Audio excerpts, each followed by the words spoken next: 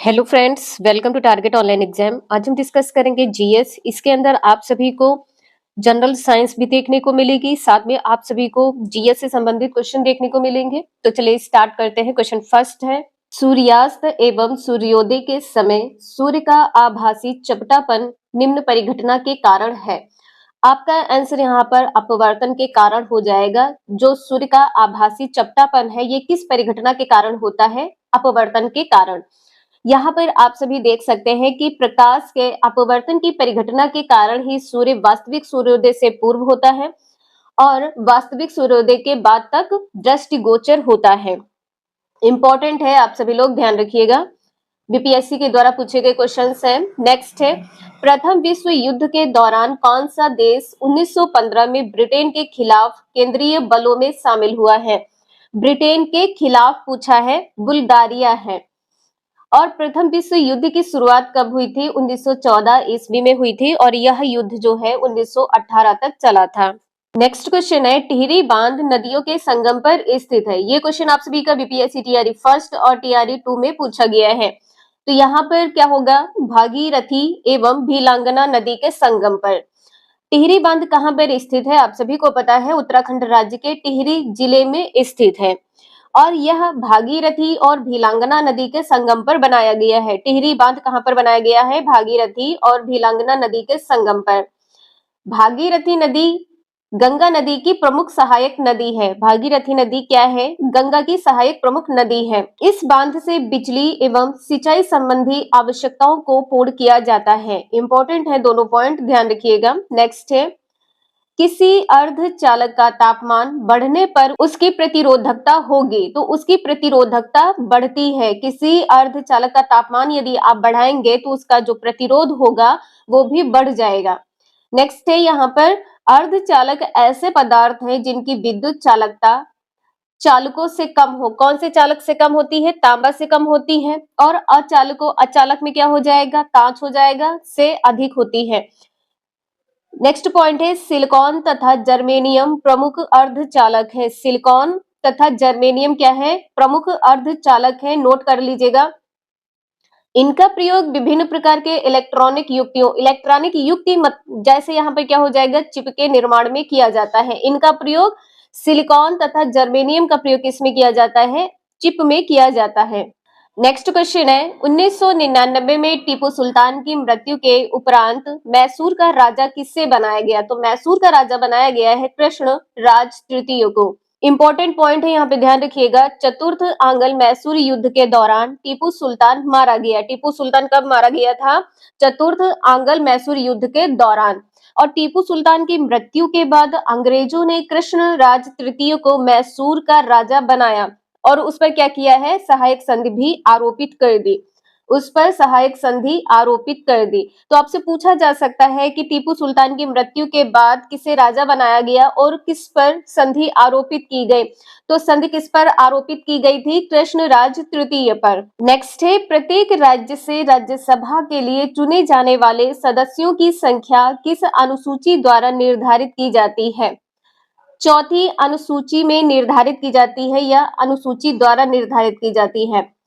अब यहाँ पर पांचवी अनुसूची में क्या है? तो पांचवी अनुसूची में आदिवासी क्षेत्र में प्रशासन एवं 10वीं अनुसूची में दल बदल संबंधी प्रावधानों का उल्लेख किया गया है। पांचवी अनुसूची में क्या है? आदिवासी क्षेत्र में प्रशासन है और 10वीं अनुसूची में क्या है? दल बदल संबंधी प्रावधान है। नेक्स्ट है, जलियांवाला बाग की जो घटना है किस वर्ष घटित हुई थी? आप सभी को पता है 1919 में घटित हुई थी। यहाँ पर डेट और मंथ ध्यान रखिएगा कि जलियांवाला बाग की घटना 13 अप्रैल 1919 के दिन पंजाब के अमृतसर में जलियांवाला बाग में हुई थी। पंजाब के अमृतसर में। नेक्स्ट पॉइंट है कि 1909 में मार्ले मिंटो सुधार हुआ था। मार्ले मिंटो सुधार कब हुआ था? 1909 में हुआ था।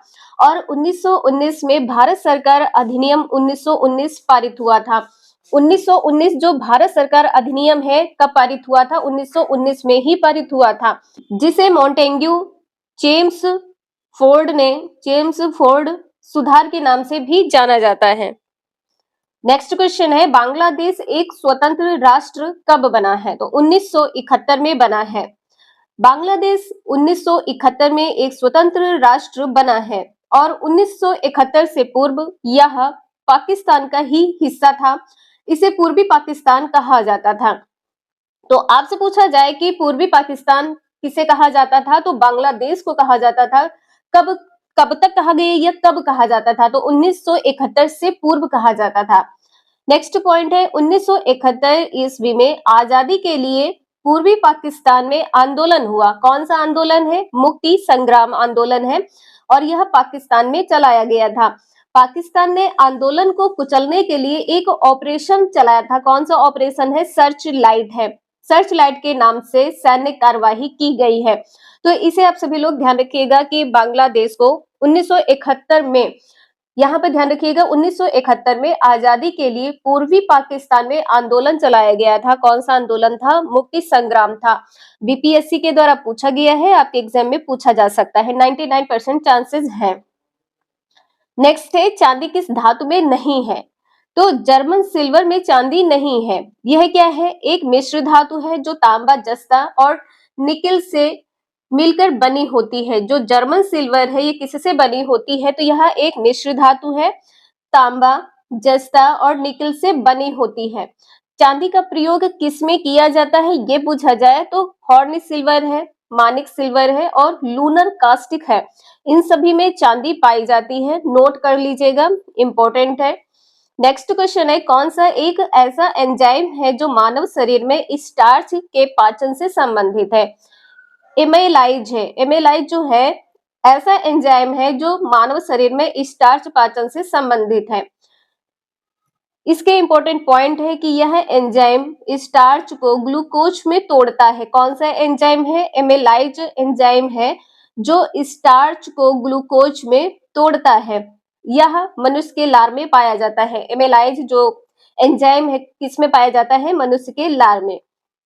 एक एंजाइम टाइलिन भी है, स्टार्च के पाचन में सहायक होता है। जो टाइलिन एंजाइम है किसमें सहायक होता है? स्टार्च के पाचन में सहायक होता है। और जो लाइपेज एंजाइम है ये वसा के पाचन से संबंधित है। लाइपेज एंजाइम वसा के पाचन से संबंधित है तथा जो पेप्सिन एंजाइम है ये प्रोटीन के पाचन से संबंधित है। तो ये जितने भी पॉइंट है नोट कर लीजिएगा, यहाँ से क्वेश्चन पूछा जाएगा। नेक्स्ट है कौन से गेहूं की अर्ध वामन एवं उच्च उत्पादन वाली किस्म है? तो जया है। आपसे पूछा जाए तो यहाँ पे ध्यान रखिएगा कौन से गेहूं की अर्धवामन एवं उच्च उत्पादन वाली किस्म है? तो जया किस्म है। नोबेल पुरस्कार प्राप्तकर्ता नॉर्मन बोरलॉग ने इन किस्मों का विकास किया था। जया किस्म का विकास किसने किया है? नॉर्मन बोरलॉग ने किया है। अधिक और अच्छा उत्पादन देने वाली गेहूं की जया तथा रत्ना किस्म का विकास कहाँ पर हुआ है? भारत में। जया और रत्ना किस्म का विकास भारत में हुआ है। ये गेहूं की ही एक किस्म है।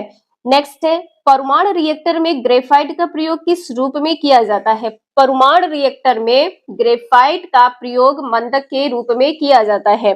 ग्रेफाइट क्या है? ग्रेफाइट एवं भारी जल का प्रयोग परमाणु रिएक्टर में मंदक के रूप में किया जाता है। परमाणु रिएक्टर में मंदक के रूप में किसका प्रयोग किया जाता है? ग्रेफाइट एवं भारी जल का। नेक्स्ट क्वेश्चन है मध्य रेल मंडल का मुख्यालय है मुंबई, सीएसटी है। सीएसटी है। भारत में रेलवे जोन की संख्या कितनी है? तो 18 है। और नवीनतम रेलवे जोन कौन सा है? दक्षिण तटीय रेलवे जोन है। दक्षिण तटीय रेलवे जोन है, ध्यान रखिएगा। और इसका मुख्यालय कहाँ पर है? विशाखापट्टनम में है। दक्षिण तटीय रेलवे जोन का मुख्यालय विशाखापट्टनम में है। नेक्स्ट है आयरन की कमी से क्या होता है? सभी को पता है, एनीमिया होता है, लौह तत्व की कमी हो जाती है। कुछ विटामिन है, बेरी रोग विटामिन बी की कमी से होता है और स्कर्वी रोग विटामिन सी की कमी से होता है। इंसुलिन हार्मोन की यदि कमी हो जाती है तो व्यक्ति को मधुमेह रोग होता है। मधुमेह रोग को क्या कहते हैं? शुगर कहते हैं। मधुमेह रोग को शुगर कहते हैं। नेक्स्ट है भूमध्य रेखा किसके मध्य से नहीं गुजरती है? भूमध्य रेखा भारत के मध्य से नहीं गुजरती है। भूमध्य रेखा कितने देशों से होकर गुजरती है? 13 देशों से होकर गुजरती है। कर्क रेखा भारत के 8 राज्यों से गुजरती है। कर्क रेखा भारत के 8 राज्यों से होकर गुजरती है। नेक्स्ट क्वेश्चन है भाखड़ा नांगल बांध किस नदी पर स्थित है या बना है? तो सतलज नदी पर। यह बांध गोविंद सागर जलाशय का निर्माण करता है। नया क्वेश्चन है, ध्यान रखिएगा। भाखड़ा नागल बांध जो है यह गोविंद सागर जलाशय का निर्माण करता है। नेक्स्ट है, जोग जलप्रपात स्थित है। कहां पर स्थित है? शरावती नदी पर स्थित है। और यह नदी कहां पर है? कर्नाटक में है। जो एन्ना जलप्रपात है यह नर्मदा नदी पर स्थित है। एन्ना, इसे ध्यान रखिएगा। और शिव समुद्रम जलप्रपात कहां पर स्थित है? कावेरी नदी पर। नेक्स्ट है, जहां आरा द्वारा लिखित शेख मोइनुद्दीन चिश्ती की जीवनी है। कौन सी जीवनी लिखी गई है जहां आरा के द्वारा? मुनीस अल अरवा। मुनीस अल अरवा है, इसे ध्यान रखिएगा। और शेख मोइनुद्दीन चिश्ती का जन्म कहां पर हुआ था? ईरान में हुआ था। और इन्होंने भारत में चिश्ती सिलसिले की स्थापना की थी। चिश्ती सिलसिले की स्थापना किसने की थी? शेख मोइनुद्दीन ने की थी। और कुतुबुद्दीन बख्तियार काकी, निजामुद्दीन औलिया, बाबा फरीद तथा नसरुद्दीन चिराग उनके शिष्य थे। तो आपसे पूछा जाए कि शिष्य कौन कौन थे, तो आप सभी लोग ध्यान रखिएगा। कुतुबुद्दीन बख्तियार है, काकी है, निजामुद्दीन औलिया है, बाबा फरीद है और नसरुद्दीन चिराग है। नेक्स्ट है, ये क्वेश्चन तो आपके एग्जाम में पूछा ही जाता है। महात्मा गांधी ने असहयोग आंदोलन को कब वापस लिया था? वापस कब लिया था, क्यों लिया था, इसका कारण क्या है? तो 12 फरवरी 1922 को यह असहयोग आंदोलन वापस ले लिया था। अंग्रेजों की दमनकारी नीतियों एवं अत्याचारों के खिलाफ गांधी जी ने 1 अगस्त 1920 को असहयोग आंदोलन की शुरुआत की थी। असहयोग आंदोलन की शुरुआत कब की थी? तो 1 अगस्त 1920 को की थी। इसे ध्यान रखिएगा, डेट जरूर ध्यान रखिएगा। लेकिन 4 फरवरी 1922 को उत्तर प्रदेश के गोरखपुर में हुई हिंसा के कारण गांधी जी ने इस आंदोलन को वापस लेने का निर्णय किया था। तो वापस लेने का निर्णय कब किया था? तो 4 फरवरी 1922 को उत्तर प्रदेश के गोरखपुर में हुई हिंसा के कारण इस आंदोलन को वापस लेने का निर्णय लिया था। 12 फरवरी 1922 को वापस ले लिया था। जो असहयोग आंदोलन है इसको 22 फरवरी 1922 को वापस ले लिया था। और इतिहास में इस हिंसा को चौरी चौरा कांड के नाम से जाना जाता है। जो यह हिंसा हुई थी उत्तर प्रदेश के गोरखपुर में, उत्तर प्रदेश के गोरखपुर में जो यह हिंसा हुई थी इसको चौरी चौरा कांड के नाम से जाना जाता है। नेक्स्ट है, नामदफा राष्ट्रीय उद्यान स्थित है। कहां पर स्थित है? अरुणाचल प्रदेश में स्थित है। नामदफा राष्ट्रीय उद्यान अरुणाचल प्रदेश में स्थित है। और जो मणिपुर में स्थित है लोकटक झील। लोकटक झील में दुनिया का एकमात्र तैरता हुआ नेशनल पार्क कौन सा है? काबुल लामजाओ है। किस झील में तैरता है? लोकटक झील में। कहां पर स्थित है? मणिपुर में। और कंचनजंगा नेशनल पार्क कहां पर स्थित है? सिक्किम में स्थित है। मुरलेन नेशनल पार्क कहां पर स्थित है? मिजोरम में स्थित है। बीपीएससी के द्वारा पूछे गए क्वेश्चन से ये सीरीज आप सभी की कंटिन्यू रहेगी। वीडियो यूजफुल लगे लाइक करें, चैनल को सब्सक्राइब करें एंड शेयर करें। Thank you for watching this video.